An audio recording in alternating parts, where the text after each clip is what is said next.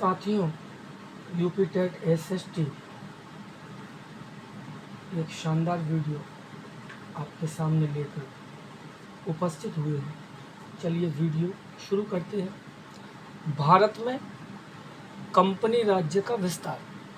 अंग्रेज़ों ने विभिन्न नीतियों के अंतर्गत जैसे वेलेजली की सहायक संधि नीति, डलहौजी की विलय नीति, कुशासन का आरोप लगाकर राज्य हड़पना, युद्ध में पराजित करके शासकों से लाखों रुपये वार्षिक लेना, व फूट डालो और राज करो जैसी कूटनीतियों के जरिए भारत के राज्यों को कंपनी राज्यों में मिलाया।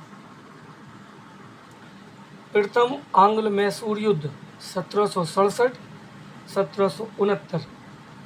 प्रथम मैसूर युद्ध अंग्रेज़ों और हैदर अली के बीच 1767 से 1769 तक हुआ, जिसका कारण मद्रास में अंग्रेज़ों की आक्रामक नीतियाँ थीं।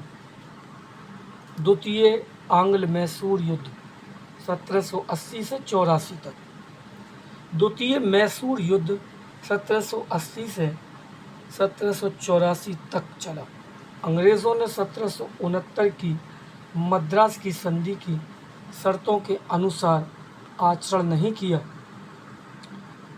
और 1770 में हैदर अली को समझौते के अनुसार उस समय सहायता नहीं दी जब मराठों ने उस पर आक्रमण किया। 1782 में हैदर अली ने अंग्रेज़ों को बुरी तरह हराया। 6 दिसंबर 1782 को हैदर अली की मृत्यु हो गई। हैदर अली की मृत्यु के बाद उसके पुत्र टीपू सुल्तान ने राज्य का उत्तरदायित्व संभाला। 1784 में मंगलौर की संधि हुई। तृतीय आंग्ल मैसूर युद्ध 1790 से 1792 तक। अंग्रेज़ों का मैसूर के विरुद्ध तीसरा टकराव 1790 में हुआ। अंग्रेज़ों और टीपू के बीच मार्च 1792 में श्रीरंगपट्टनम की संधि संपन्न हुई।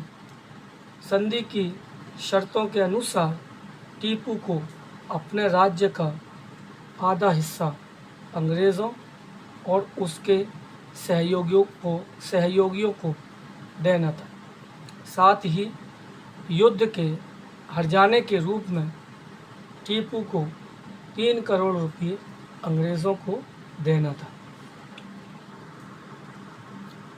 चतुर्थ आंग्ल मैसूर युद्ध 1798 से 99 तक।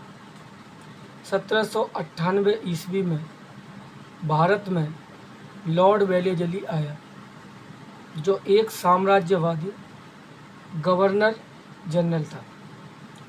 लॉर्ड वेलेजली ने देसी राजाओं को अपने अधीन करने की योजना बनाई। उसकी यह योजना सहायक संधि कही जाती है। मई 1799 को अंग्रेज़ों ने श्रीरंगपट्टनम का दुर्ग जीत लिया। टीपू बहादुरी के साथ लड़ता हुआ वीर गति को प्राप्त हुआ। मैसूर पर अंग्रेज़ों का आधिपत्य स्थापित हो गया।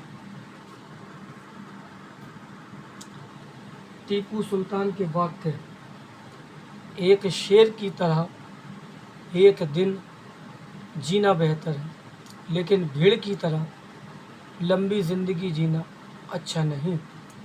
इसी उक्ति का पालन करते हुए वह श्रीरंगपट्टनम के द्वार पर लड़ता हुआ वीर गति को प्राप्त हुआ। पानीपत का तृतीय युद्ध